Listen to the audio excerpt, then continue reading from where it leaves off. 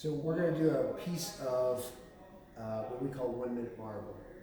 And before we start, we're going to opacify our scumble glaze. This is an acrylic glaze. It looks white already, but it dries perfectly clear. But for these light marbles, we want to add a little white to the glaze.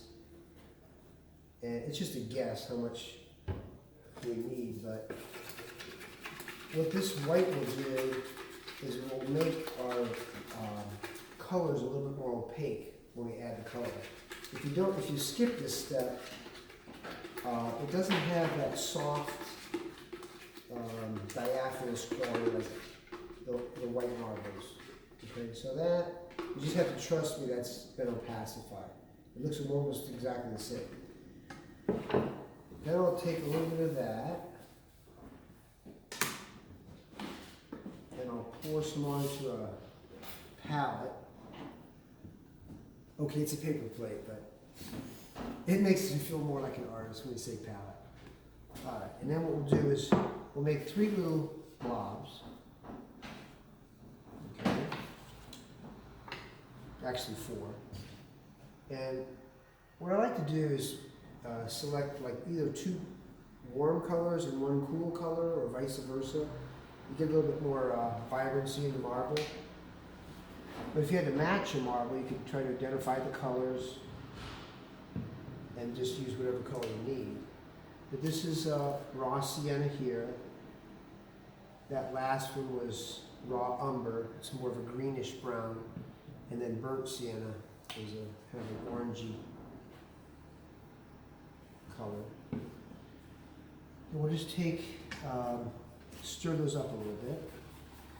Now, I like to do this because it sort of dilutes the color a little bit, and it's a little easier to control once you start to work with it. If you try to use it straight out of the container, a lot of times it goes on this a little too solid covering. It's okay if the colors get a little polluted because they're going to get mixed up anyway. All right, now imagine that this is 1 block on a whole wall and we're going to marbleize it. We would first probably prime it and then put like an eggshell enamel paint on it in preparation. And if you use a white or if you use a water-based product, it's not going to yellow like oil-based will.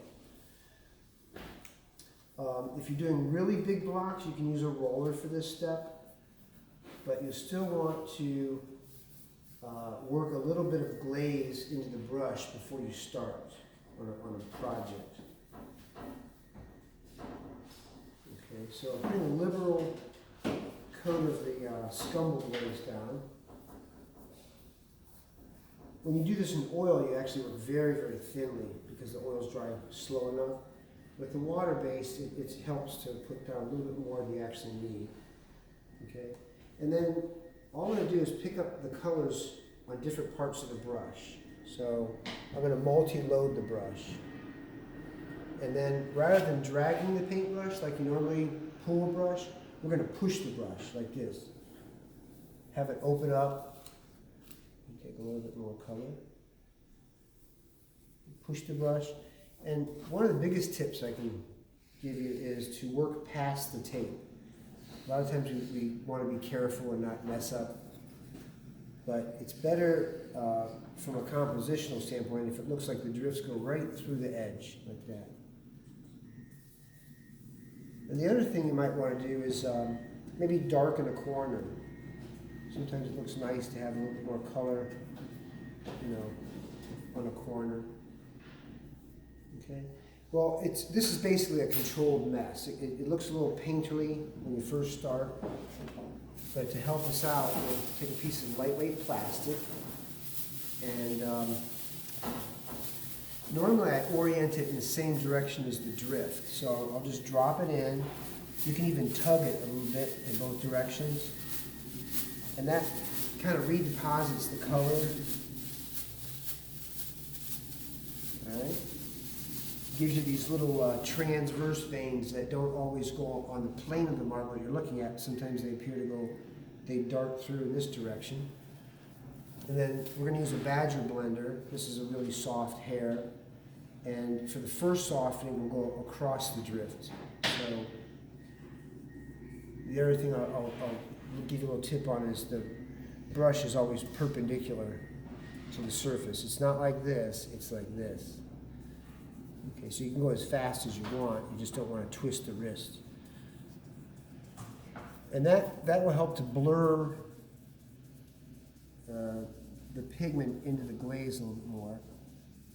When you do this first softening, you get these little cat whiskers. That's okay, you'll see a little bit of that in real marble. And then finally we'll go with the drift to get rid of some of those cat whiskers.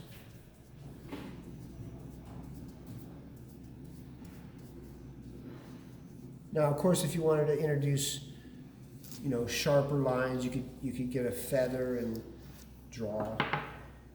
But I'm just going to untape this. Maybe Brandon, you can help me. Yeah. Pull some of that.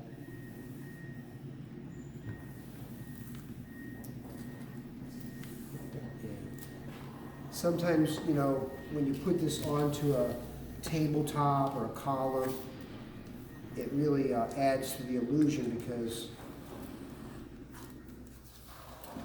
it looks like it could be a real piece of marble when it's in place.